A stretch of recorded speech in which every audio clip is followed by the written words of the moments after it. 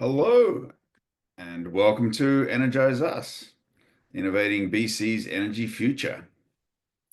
This session is part of the Rising Economy Conference, which is an immersive in-person and today virtual event hosted by the South Island Prosperity Partnership. I'm James Rogers, and as an energy user on the South Island, I'm pleased to be joining you today. I'm representing both Argo Coaching and also the Esquimalt Chamber of Commerce, both of which are pretty energetic organizations. I just want to quickly describe the format of the next hour before I introduce you to our moderator. In a moment, I'll turn things over to the speakers, but quickly, about halfway through the conversation, we'll be taking your questions for each of the speakers. You can submit your questions anytime through the Zoom Q&A that's on your screen just below this video. As you would have heard, this session is being recorded, and you can submit your questions anonymously if you prefer. To interact with attendees, you can use Zoom or the app on the Huova. I'm not sure how to pronounce that chat. The production team will monitor the chat and the Q&A for those joining us through the app. And finally, if you're posting your takeaways to social media, please use the hashtag Rising Economy Week 2025. Now, I'd like to introduce you to Dallas Gislason. I'm glad I didn't have to come up with the summary of everything that Dallas has done. So I'll read what I've got here because he's an accomplished person. He's the Deputy Director of Regional Economic Development for the South Island Prosperity Partnership, also known as SIP. He's played instrumental roles in many industry-leading economic development projects across Canada and the United States over the last 20 years. Here on Vancouver Island, Dallas worked with several collaborators to create SIP's regional alliance model, designed to convene Greater Victoria's many stakeholders and governments around the pursuit of a more diversified, innovative, and sustainable economy, i.e., he helped start the thing. Dallas has received many accolades over his career, including being the youngest ever recipient of the Premier of Saskatchewan's Award of Excellence in Leadership back in 2007. He holds a Master's of Global Management degree from Royal Roads University, a graduate certificate in Economic Development from the University of Waterloo, and is a certified facilitator in business retention and expansion, amongst other things. Many other things. Welcome, Dallas.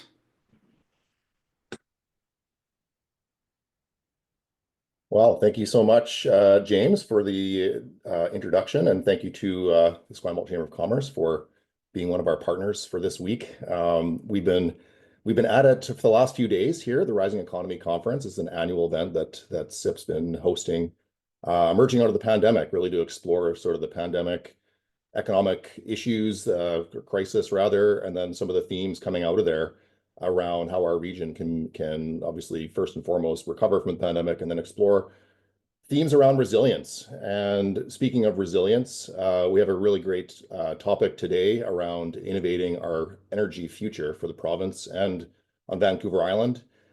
We think about this a lot in the ECDev space because obviously energy is the foundation, or one of the foundations, along with things like infrastructure and water pipes that really serve as the underlying condition for a vibrant, prosperous economy.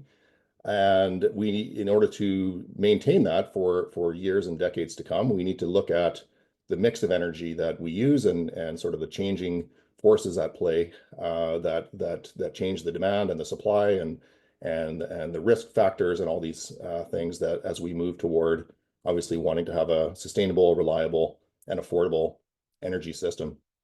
So we're going to jump right in. I'll turn back to the audience for some questions in about 25 minutes. So please start thinking of stuff think as we go and include those in the Q&A, and I will pull those out starting at about 2:30. And I'm going to jump right in with my first question, and it's just going to be really hearing from all the panelists as a starting point. So let's start with our two of our most recognizable parties first, right? We'll give a little extra time to our two guests who are who represent what you might call the innovation or the what's possible side of the energy equation. So let's start with you, Jacqueline Spray. Jacqueline is currently leading the local government partnerships team at BC Hydro. Most of us probably know who BC Hydro is, but Jacqueline, please tell us a bit about BC Hydro and your work within BC Hydro. Thanks a lot, Dallas. Can you hear me okay? Absolutely, yes. Fantastic. And yes, I hope you're all aware, BC Hydro is the electrical utility for most of British Columbia. We provide electricity to about 95% of the province's population. And another fun fact I'm hoping most of you are aware of is that we're owned by all of you. So we're very proud to be a Crown corporation that's owned by the province of BC, which means that all of you who are living here in beautiful British Columbia are owners. Also means our primary focus really is on serving the best interests of the people and communities throughout BC. So from ensuring the reliability and sustainability of electricity supply to fostering economic growth and environmental stewardship. As for the work that I'm currently doing, I've recently stepped out of my regular role to stand up a team that's really focused on working with local governments as infrastructure partners. So as publicly owned entities, both BC Hydro and local governments are really aligned now more than ever on many of the objectives that will support the people of our province, such as housing acceleration, economic development, and climate action. So timing's fantastic for us to come together with local governments and really rethink how we support each other in building the infrastructure that we require to support these objectives and building it both quickly and efficiently. There are about 169 local governments in BC Hydro service territory, and working to streamline processes and plan for policy changes will help set us up for future success together. So specifically, a few of the examples that me and my team are working on with local governments, all local governments either have or are updating their official community plans this year. And so we're really looking for models and ways to align those official community plans and all the densification legislation that's come about in the last couple of years, and their development forecasts and policy plans with our asset planning so that we can make sure that we're really investing in infrastructure in the areas that are most ready and poised for growth. We're also working on how we coordinate our infrastructure projects so that we're only digging up the road once. So really looking at how we take our capital projects, overlay them with local governments' capital projects, and then work together to make sure that we're really minimizing disruption for businesses and residents in areas. And then another piece that we're really looking on is related to our customer connections. So for electrical customer connections, really looking at smoothing the permitting processes and moving through the acceptance process from municipalities for infrastructure that we're placing on public property as quickly as possible. So I think really timely and really in alignment with a lot of the interests and goals of British Columbia overall. Thanks a lot, Dallas. Wonderful. Thank you so much, Jacqueline. And we're going to jump over to Ben Nishi. Ben is the Senior Manager of Commercial Accounts at FortisBC. I'm going to wait for him to turn his camera on because I can't see him. Oh, can you not? Oh, there he is. Oh, right on. Oh, hey, Ben. thanks. So FortisBC, another organization probably most of us know, but what we're probably less clear on is that, I come from Saskatchewan where we have Sask Energy, Sask Power, right? Unlike BC Hydro, FortisBC is not a Crown corporation, but Ben is going to give us an overview, FortisBC, and your work within the organization. Yeah, thanks. So my name is Ben. I'm a senior manager with Fortis. My team works with commercial and institutional customers. So this would be things like municipalities, hospitals, school districts, universities. And within that portfolio, the team is responsible for natural gas, energy efficiency, renewable natural gas, and electricity. So we're part of the 5% that Jacqueline doesn't have. So most notably in Kelowna and most notably in the Kelowna area. And correct, we are not a Crown corporation, but we are a privately owned Canadian company. So it's a little bit scary that you have to now announce that you're a Canadian company with everything going on in the world, but we are. Headquarters is in Newfoundland. So I've been with Fortis for about 18 years, and I started with a department that has since become a subsidiary company called Fortis Alternative Energy Services. That company, or that subsidiary, was focused on things like geothermal and district energy systems. So that's where I kind of started my career. From there, I moved into a large project with Whistler, where Whistler used to be a closed loop propane system. And in 2010, as part of the Olympics and the highway widening, they became part of the natural gas grid. Since 2012, I've been involved in renewable natural gas. So our program started in 2011 with one of the first voluntary programs in North America.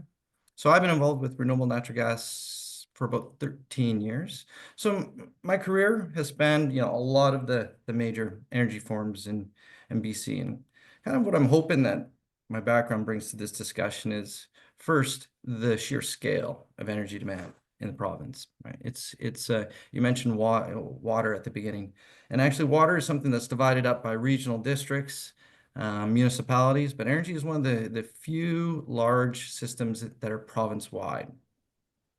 And the second thing that I'm hoping to kind of bring to this, you can see my career has kind of spanned a bunch of different energy forms, is that you need all types of energy to meet those energy demands in the province. So looking forward to being part of the discussion. Thanks, Dallas. Right on. Thank you so much, Ben, for joining us. Next, I'm going to welcome Megan Whitehall. Megan is a technical project lead with Greenlane Renewables Limited. Megan, please tell us all about Greenlane Renewables.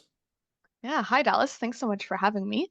So at Greenlane, we take something called biogas and we turn it into something that's called renewable natural gas or RNG. So what that actually means for anyone that's kind of thinks that's gibberish is we take the gas from decomposing organic matter from things like food waste, wastewater, farm waste, and landfill.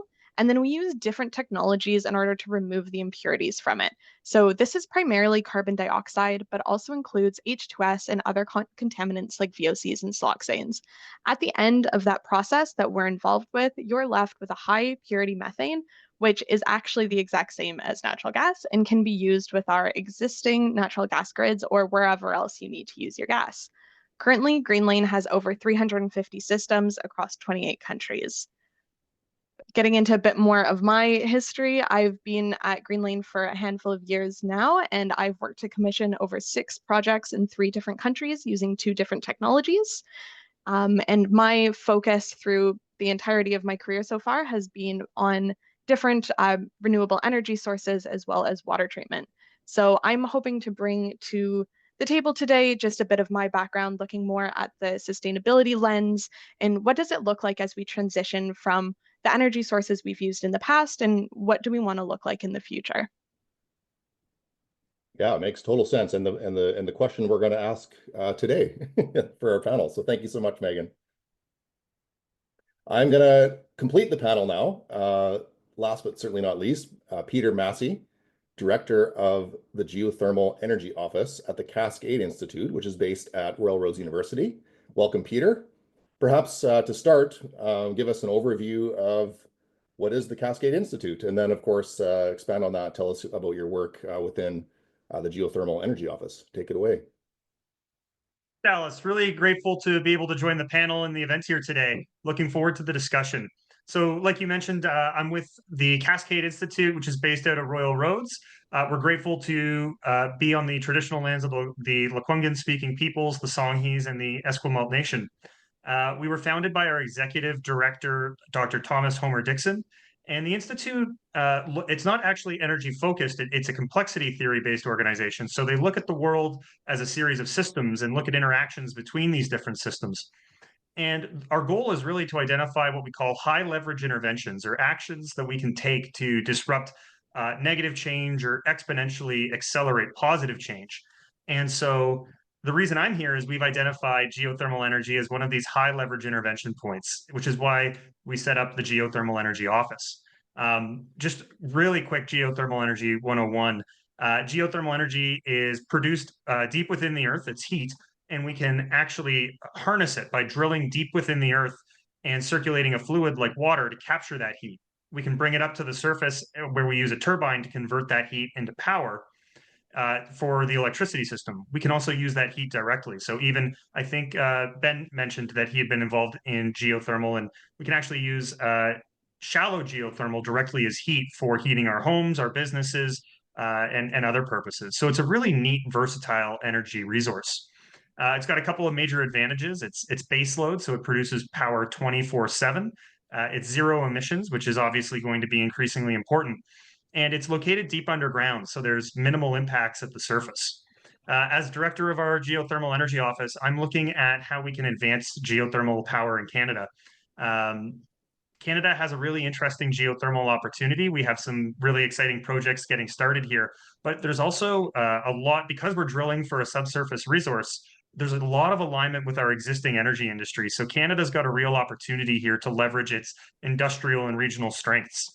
And one way we think that we can do that is through building a series of test centers to spark the innovation that we need to bring geothermal up to the forefront.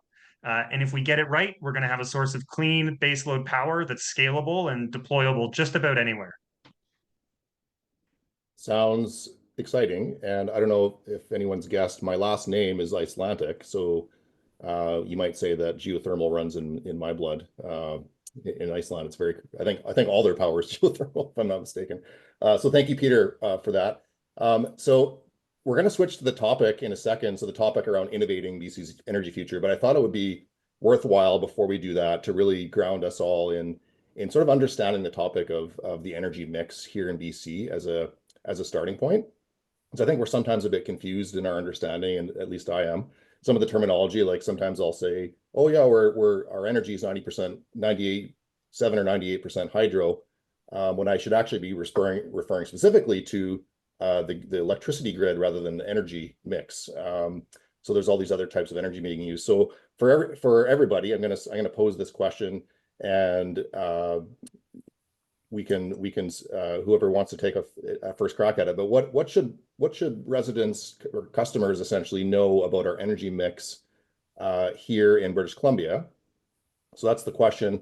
And I've heard the customer, we talk about consumer values around that they express reliability. Of course, we want reliable energy, we want affordable energy, and we want sustainable energy. And sort of what are the risks, I guess, as part of this, as preventing us from delivering on all three of these values for BC residents?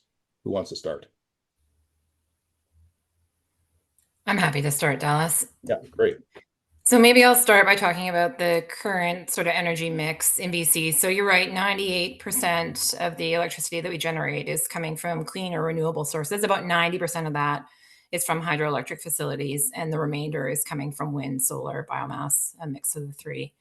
But also, when you look at the overall sort of energy makeup and the energy pie in BC, electricity actually only makes up for about 19% of overall energy use in British Columbia today. So 19% is electricity, about 70% is still fossil fuels, and about 11%, the remaining 11% is biomass. So really interesting sort of makeup of energy use overall in BC so far.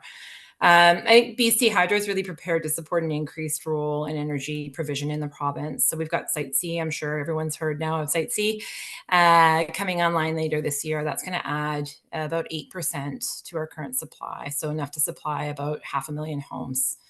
And then we issued a recent call for power that'll add another 8%, so another 5,000 gigawatt hours for about another 500,000 homes. We also have an energy efficiency initiative. We're investing a lot in energy efficiency over the next 3 years, about $700 million, which is anticipated to free up about another 2,000 gigawatt hours to power another 200,000 homes. But the electricity piece is only one piece of the pie, and will continue to only be one piece of the pie. So Ben spoke to this in his intro. There still will be a comprehensive sort of energy mix in British Columbia, and we're very fortunate today to have a really good cross-section. So interested to hear from some of the other panelists. Yeah, thank you very much. So the energy mix obviously is I would call diversified. There's lots going on. Anything to add to this? I mean, particularly around these sort of three values that come up in this conversation around reliability, affordability, and sustainability. When we have this mix, is the mix does the mix help us deliver on those three things?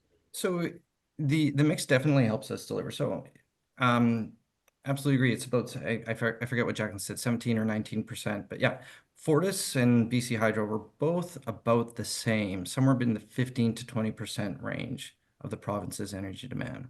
So I think that a lot of people get caught off guard by that because combined, that means combined, we are still a minority amount of energy relative to in the province.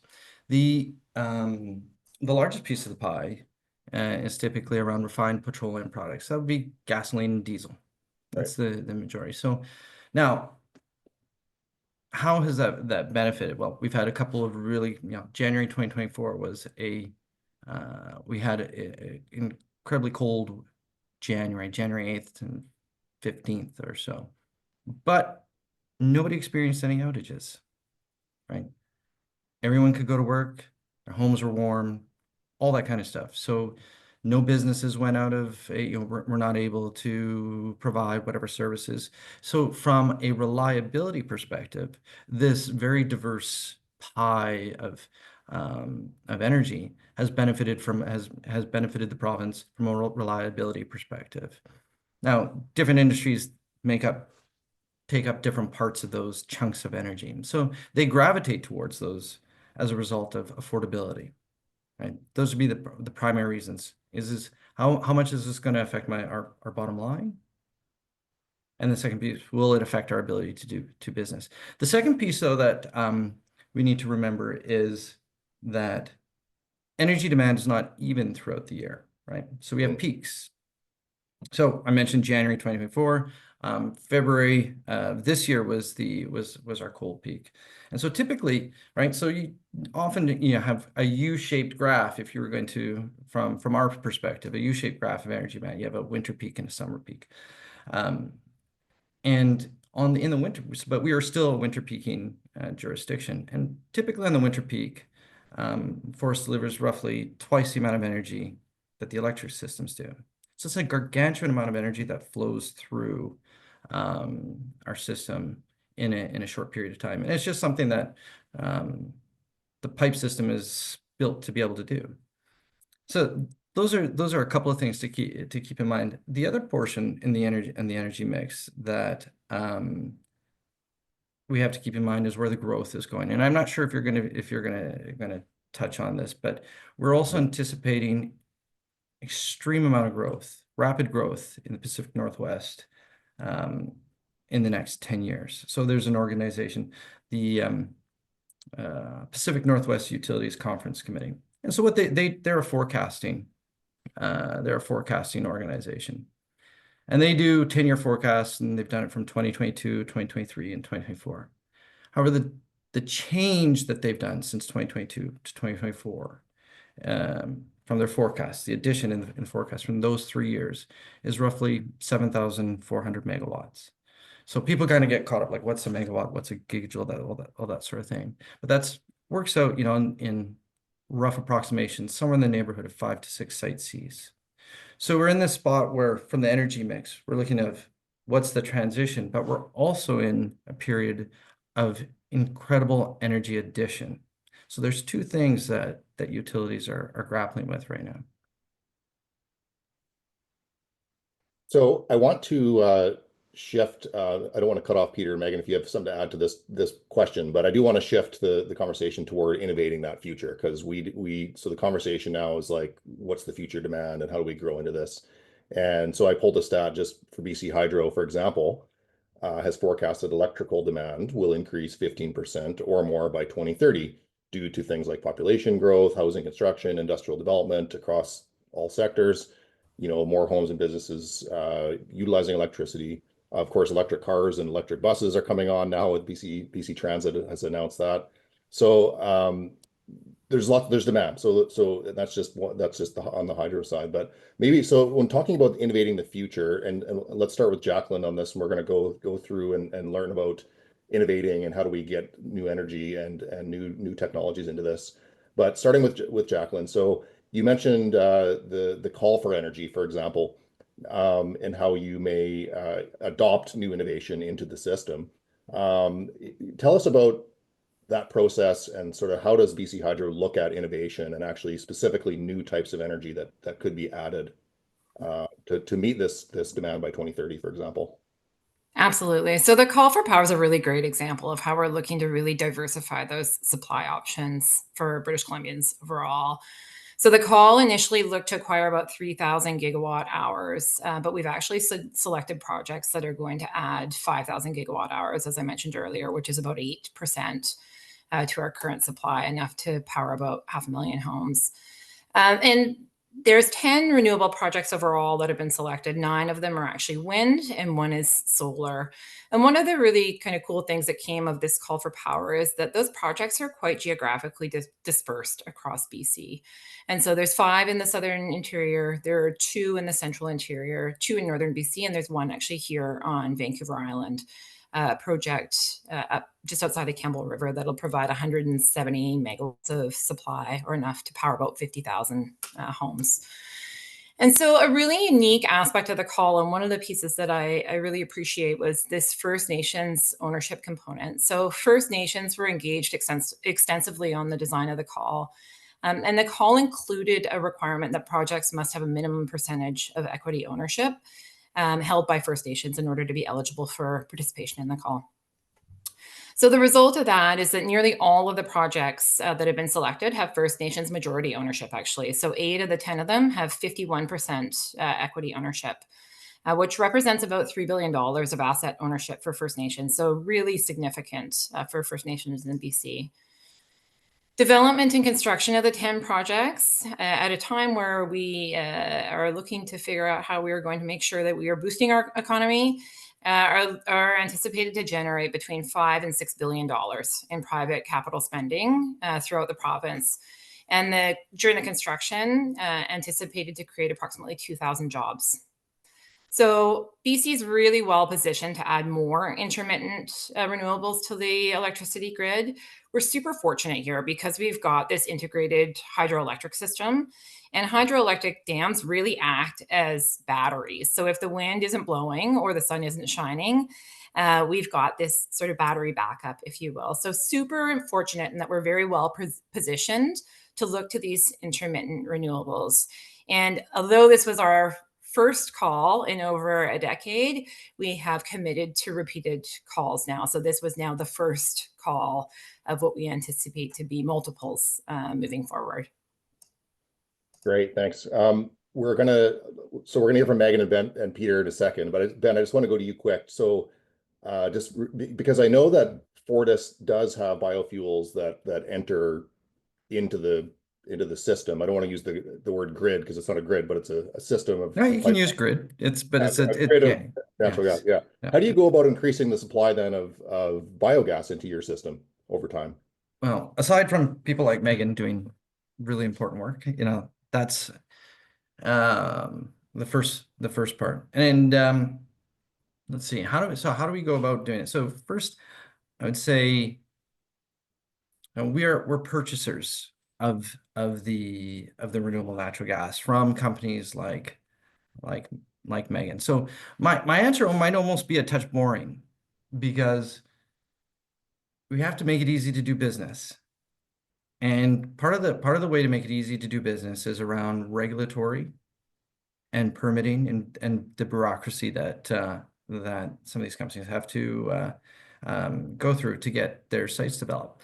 So, but I'll go onto Fortis. So one of our big accomplishments that we've done, and it started in July of last year, was we successfully put a proposal before the BC Utilities Commission. It was approved that all customers are going to start to be designated a portion of their bill as renewable natural gas.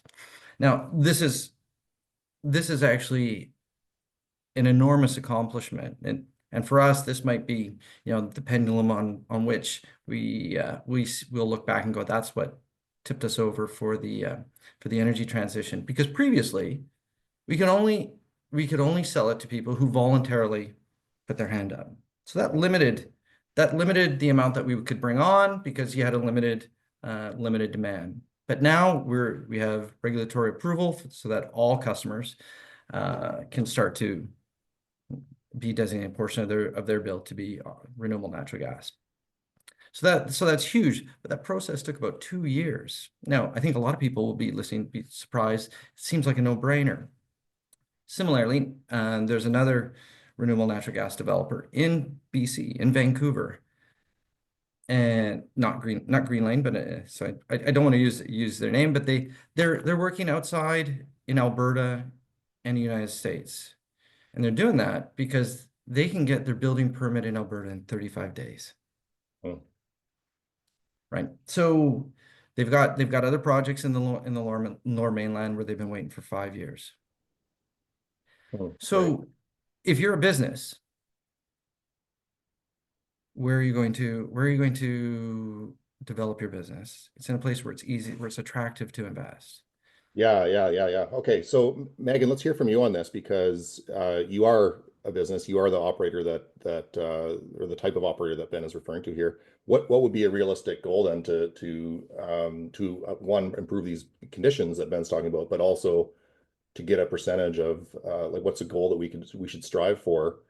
And I think I just want to hammer home one point here is that when we talk about methane production out of waste or out of forestry products, for example, methane, correct me if I'm wrong, Megan, is 20 times worse for the environment than carbon dioxide. And so if we don't burn it off and convert it into carbon dioxide, then there's a risk that it just leaks into the atmosphere, and that's much worse. So maybe start with the business conditions and what is a realistic goal for us in British Columbia? Yeah, continuing on exactly your point about it, the flaring off of it is a realistic goal to start with is to actually utilize all of this biogas that's already being created and captured from landfills, from other anaerobic digestion. Right now, across Canada, about 40% of the total biogas being produced is just going to flare. So that would be really easy in order to use for electricity, use for heat, or do what we do at Greenlane and upgrade that into RNG. That easy first step. Following up on that, of that 60% that is being utilized, 50% goes directly to electricity generation, 22% is heat, and only 28 actually becomes RNG. And this is across Canada.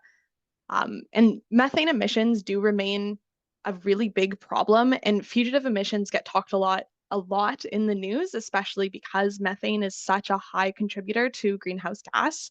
But of that, 45% of emissions in Canada are from agriculture and waste. So a bigger goal that I would like to see for BC is to actually do a better job of capturing and using those 45% emissions because we have that technology. We know how to do it. It's just putting the infrastructure in place. And so then that is going to keep the methane out of our atmosphere. And it means that we can utilize the methane and reduce our reliance on fossil fuels. Yeah, I love that. So Peter, geothermal, lots of geothermal, as I mentioned, Iceland, but there's lots of geothermal out there. But one thing that I learned, I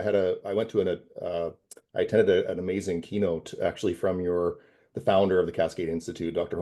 Thomas Homer Dixon, sorry, where he talked about the potential of super deep geothermal, which is much different worldwide.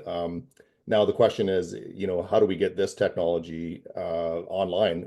Do we do it here in BC, or is there other markets that are more right for this? Are we years away from seeing this? And what does the future potential hold for this technology? Dallas, I think it's a really exciting time. I think the backdrop for all of this is again that growing demand for energy, and I think electricity in particular.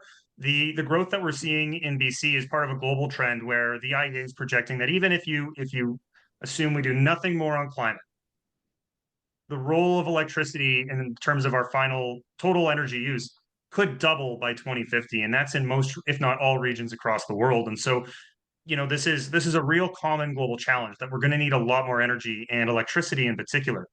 So that makes geothermal really appealing. And we're seeing a wave of geothermal. In the past, geothermal was sort of a Goldilocks technology. It was dependent on the presence of a subterranean aquifer or a body of water and porous rock that we could circulate water through. And so conditions had to be just right. And as a result, it sort of stayed very limited. But we're seeing a wave of innovation today where now Canadian companies like Ever or companies down in the States like Fervo are actually developing artificial reservoirs. So they're drilling down and creating the conditions that we need, it's an incredible engineering feat.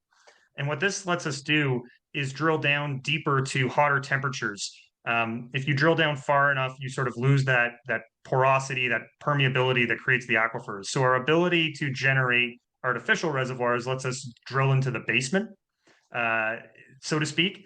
And so we're going to be able to harness much higher temperatures. So that is very exciting.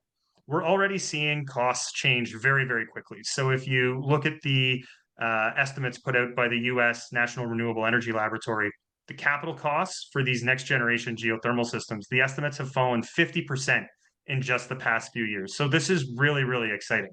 So I think what we need to do now is actually prove it. So I think if you think of a company like a utility like BC Hydro, they are responsible for managing electricity costs. They, it's really difficult to take risks, and for good reason. I totally understand where they're coming from. So what we need to do is prove it. We need to build some demonstration projects.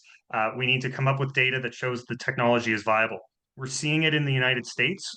Fervo is building a demonstration company with really, a demonstration project with some really impressive results. Google has signed on for a power purchase agreement with them.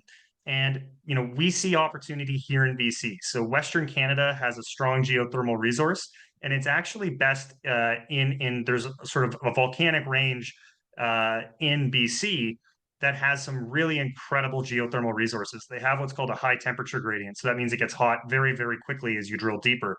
And even back in the 70s and 80s, we drilled in areas of BC and hit temperatures of something like 250 degrees within a few kilometers of the surface, which is, that's the geothermal equivalent of a gold mine. It's a fantastic resource. So now what we're hoping to do is, with something like a series of test centers, is start getting drills in the ground to generate the data and the evidence and the projects that we need, so that utilities like BC Hydro can come in and confidently engage in these kinds of projects. Because as we need more capacity for the electricity system, geothermal is sort of that utility silver bullet that provides energy and capacity and net zero emissions. But it's up to us to show that it can be done. Yeah, love that. The interesting thing about this week, we've been at this conference all week, and the timing, obviously, around Trump tariffs and sort of these rising tensions politically with the U.S.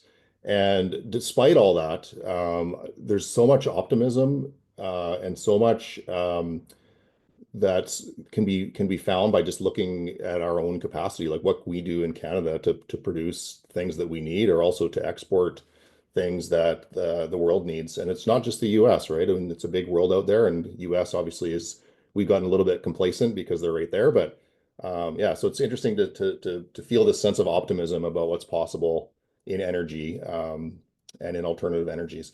So I just want to remind the audience that I'd like to pull a couple questions from the floor if you have any. And so to just as a reminder to throw those in the chat, I'll switch over to that in a second.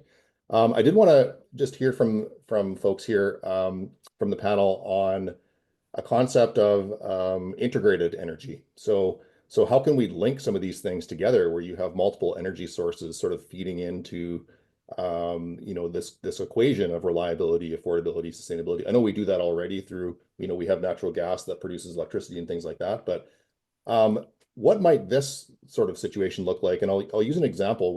Through an initiative that's being led by UVic called the Accelerating Community Energy Transformation, I think it's called ACET. They have a pilot project up at Blind Channel where they're actually looking at tidal energy and then linking the tidal energy into solar that's on the shore, and then integrating that into a battery storage, and then using that system to get this. In this case, I think it's a fishing lodge or something, but to get that lodge off of a diesel generator using this integrated energy system. And of course, there's all these rural remote communities all across the coastline, not just in BC, but in many parts of the world that could use these sorts of opportunities. Who wants to take a stab at talking about integrated energy? I can. Yeah, Ben, go ahead. So I think integrated energy, like to a certain degree, we talked about the pie chart at the beginning, right? We talked about hydro and forest both being about somewhere in 15 to 20% each. And so there's a lot of different slices to the energy pie already. So we're fortunate that there is infrastructure already set up for multiple different energy sources. However, so when you talk about integrated, there's a bunch of different ways to do it, from the house to broader, at the community level. So I'll give two different examples. Like my home, I have a furnace and a heat pump, right? So I have a hybrid system at home, right? And that is just at the regular residential level. That is something that is easy to do. Well, I shouldn't say easy, but it is something that is within the realm or within the power of the individual. Megan was talking about the different sources of energy that they use, or not different sources, sorry, of organic material in which they make renewable natural gas. So also in my house, so I live in Surrey, White Rock area. I like to say Surrey. It gives me a little bit more street cred. It makes me seem tougher, I think. But I live in Surrey, so put my food scraps out on Wednesday, and the trucks that pick that up take it to a different facility than the landfill. So Surrey Biofuel Facility. So the trucks take Surrey's food waste to take it to the biofuel facility. Trucks have been retrofitted to run off of the gas that's produced from the food scraps, and the remainder is used for Surrey's district energy system in the downtown core. So in terms of integrated energy systems, one of the advantages that we have, and Peter kind of touched on this, is expanding our sense of what actually constitutes energy, right? So we can look at energy and like the waste within community, or we can look at it from the technology that we adopt. But I think a big part will be expanding the sense of what constitutes energy. Yeah, I like that. Sorry to cut you off. Go ahead. Oh, I think me and Peter are trying to talk at the same time. Peter, you're welcome to go first. Thanks, Megan. I think I just wanted to jump in and say, I think on Ben's point about sort of rethinking about what energy is, I think we need to look at energy as like a system of systems and think not just about supply, but demand as well. And so as we electrify, there's going to be a challenge, right? Meeting the demand from EVs and heat pumps will be tricky. But I think if we break this down, there's actually lots of opportunities. Managing peak demand is going to be really challenging. That's where a lot of costs come in, and that's what can really drive up rates. But if you pair that with a dual fuel heat pump, well, that really cuts your peak demand from a regular heat pump. You could pair it with ground source heat pumps to use shallow geothermal heat to maintain that high efficiency, or you could even look at energy efficiency, right? So it's not that heat pumps are bad for the grid. Old drafty houses are really bad for the grid. On electric vehicles, yes, it's kind of scary to see that load curve shift as they get adopted. But what's really what we need is storage to integrate renewables. And what are EVs but just a bunch of batteries on wheels, right? So if we do this right, we can the growing electrified load, if we connect it to smart grids and advanced metering and other kinds of incentives, it'll become an asset and not just a challenge. And I think BC Hydro is doing a really great job in their IRP outlining how some of the work they're already doing. Yeah, great. Thank you very much. Megan. Yeah, I just wanted to add on to a point Ben said about being really open about what your idea of energy is. And I know, Dallas, you opened this discussion point by talking about areas of low density where there's not very many people, but there's really interesting things to be done in high density areas as well. I know in the city of Vancouver, they've got a couple what they call like their district energy areas. And I was able to visit the one in False Creek before. And so they're taking the thermal energy captured from sewage and then reusing that for heating and hot water in the buildings in the area. And I think they've got maybe 4 or 5 on the go. And just, again, to really open up your definition of energy and where we can get it from. So yeah, I want to... Sorry. I was just going to add. No, I was just going to add. I couldn't agree with both Megan, but really, like Peter kind of hit some of the big pieces for me. So looking at and Ben touched on it earlier, that peak piece, right? And so no matter what the system is, you need to build the system to meet your peak. And so if you are overbuilding because we're not conscious about how we're utilizing energy, then there's a cost associated with that, right? And so it's really trying to shave that peak wherever we can and look for opportunities to make sure that the fuel mix does represent opportunity to shave that peak. So Peter mentioned dual fuel systems, heating systems. Megan talked about district energy, both of which are really great solutions. I think for me, the key is for all of us to really make sure that we're working collaboratively in this space. And so this, this doesn't need to be a competitive kind of piece. There's a ton of energy needs here. And so just this real need and call for everybody to work very collaboratively and trying to solve some of these challenges together moving forward, I think will get us a really long way.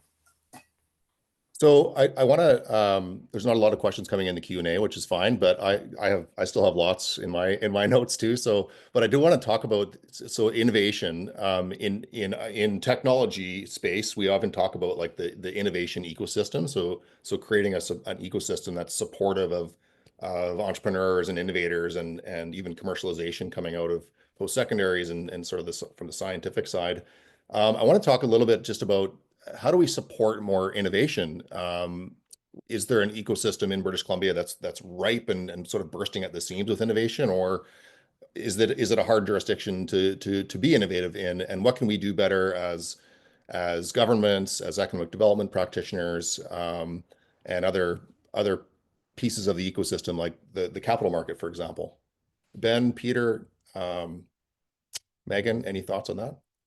You mind if I jump in, Dallas? Yeah, please. It's a great question, and I think there's lots of levers that we can pull to advance innovation. Something that's really captured us is AOSTRA. So that's short for the Alberta Oil Sands Technology Research Authority. And this was a test center that was stood up back in the 70s during the oil crisis by the Alberta Premier, Peter Lougheed.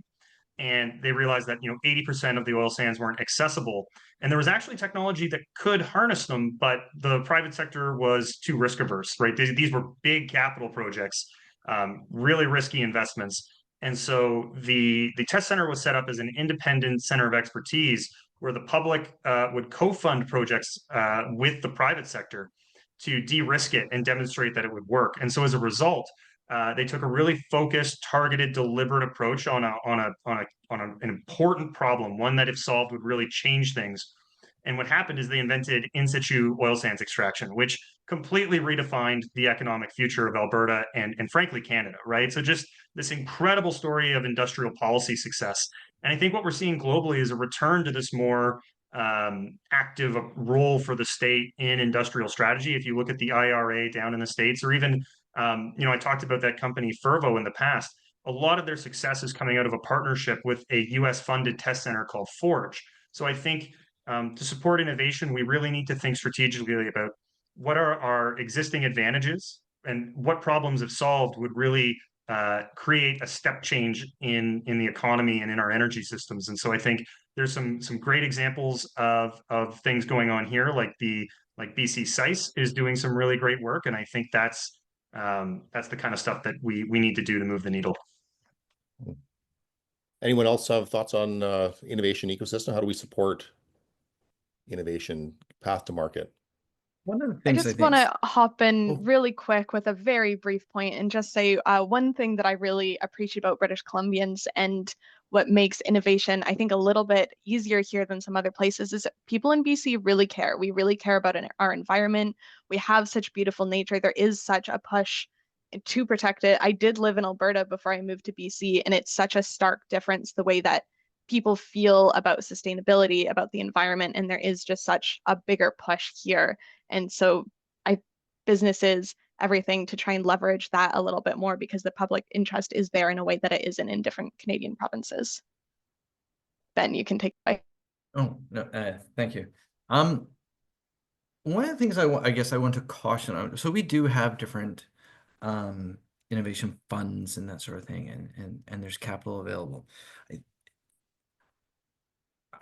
But I would say that this is not a situation where we can throw money at it and then hope that everything's going to be okay.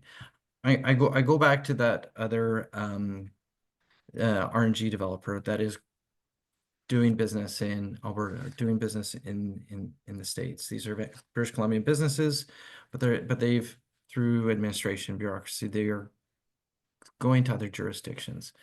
And with everything that's going on, politically, I get the sense that there is a refocus on what we need to do to be competitive and to be self-sufficient. So I think there's an opportunity right now where we can take a look at how quickly and how attractive we are to do business with. And if some of the administrative processes or permitting processes that have been put in place, if they've started to become a bit onerous for smaller mid-sized companies, where big companies like Hydro or Fortis, like there's probably a department where that's their job to deal with regulations. For smaller sized companies, that person or that department doesn't exist. So I think we have an opportunity right now with the uncertainty that's gone on and the strong desire to make it, be more self-sufficient as part of that and attract or diversify our economy. I think we have an opportunity to take a look at some of the regulations that have maybe moved some companies to seek to do business elsewhere, to bring them back. Right. Yeah, no, it's a good point. I want to ask one last question, because we are running short of time, and it's sort of just extending on your point, Ben. But I want to talk about energy sovereignty. So this idea of energy sovereignty, is this an excuse? I'm going to say the word excuse that we can actually use as sort of this burning platform to actually get some of these innovations to go to market or into the systems sooner. And so this is sort of building off this, we have this sort of US administration and like tariffs and sort of elevating tensions. And among these proposed response measures could be counter tariffs, which the Canadian government's already certainly announced, withholding critical resources being sent to the US. But there's also this flip side, which is we also import energy into British Columbia from the US. And I read somewhere that in BC, and correct me on the calendar year, but I think it was 2023, where we imported up to 20% of our grid electricity in 2023.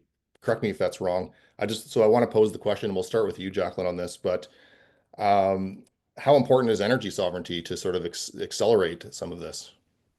Yeah, so it's a really interesting question. The imports kind of question comes up frequently, but particularly right now with all of the sort of the tariff challenges and issues. The importing piece is really, and the exporting piece, like the trading piece for us from an electricity perspective is really important from a rates perspective, right? We're very fortunate in BC to be able to take advantage of very low electricity rates. And a huge part of that is electricity trade. And so I think there's been a bit of like, we've had to import, we imported and exported power and traded power for decades, right? This isn't new. This isn't a new exercise. And it's really important from a rates perspective. I think, we've had an exceptional last couple of years from a drought perspective, but even still, we've been a net exporter of electricity over the last 5 years, and our trade income totaled like $2.5 billion. So it's like, there's a significant benefit to us from an energy trade perspective. Having said that, I think there's a tremendous amount of opportunity for us to do things differently in how we work with each other across Canada. And so, tons of opportunity there when you look at development of renewable energy sources, right? Like so much space in that area. When you look at, selfishly from an electricity perspective, grid connectivity and looking at grid connectivity across provinces, community-based energy planning, energy efficiency we've talked a lot about today. And so there is just an absolute ton of opportunity for us to do more in making sure that we're really supporting some more self-sufficiency in Canada overall.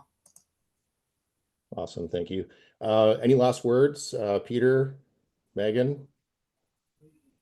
I just wanted to sort of echo what Jacqueline said. We'll always be better off with trade. There's just such advantages to it. It lets us use our electricity systems more efficiently. I think something that we think about in terms of energy sovereignty isn't just the resource itself. Of course, Canada is, resources are a huge part of our economy and they will continue to be so. But the great thing about innovation, I think, is that in the 21st century, the role of intellectual property is becoming increasingly important. And so if we can use our resource strengths as a base to develop IP, it could let us, really generate a step change in the wealth that we're able to generate.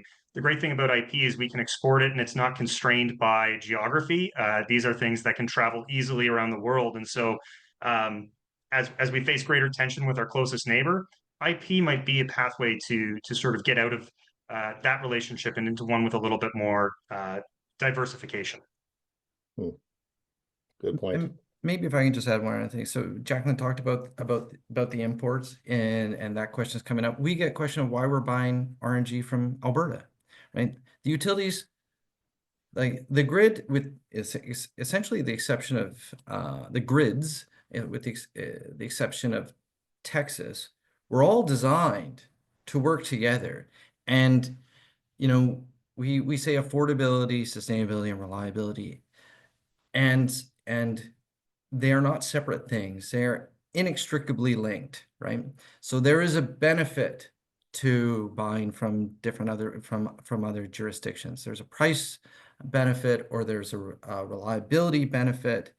It is part of the overall strategy. And when I give talks on this, I usually close. I have a picture in White Rock, a valve cap, a gas valve cap in the street. It says BC Hydro Gas. It's a gas valve, because the gas company used to be a division of BC Hydro. So the two systems were quite literally designed in the same building and designed to work together. And when we try to prioritize one over the other, or we try to say cherry pick and say one industry should get one and another industry should not, they were always designed to work together. And try to pull them apart is a bit of a false narrative. We're going to end up in a spot where everything's going to have to try and work together. Yeah, thank you. Megan, any last words from you? Just that diversification is our best path forward. We've talked about it through this whole panel. It's a pie. Let's see, how many different places can we get our electricity from? Where can we get our fuels from? How do we reduce our reliance on fossil fuels in importing? And how do we increase what's coming from renewable sources? That's how we're really going to get to where we need to be. Wonderful. Well said. Well, I'm gonna stop us here and turn it back to my colleague Ben. So thank you, Jacqueline Spray, BC Hydro, Ben Nishi, FortisBC, Megan Whitehall, Greenlane Renewables, and Peter Massie in the Geothermal Energy Office at the Cascade Institute at Royal Roads University. Thank you so much, everyone, for listening in. Great. Thanks, Dallas. So thank you to the Esquimalt Chamber of Commerce for sponsoring this important conversation today. Thank you to our presenting sponsor, RBC, and our catalyst sponsor, Vancity, for supporting Rising Economy 2025. The conference is also presented in partnership with Pacifican.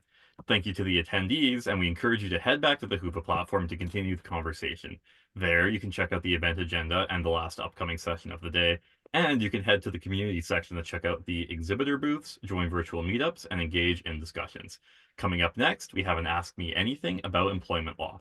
To join these and the rest of today's events, head to the Hoopa platform or click the link shared in chat shortly. Thank you and goodbye.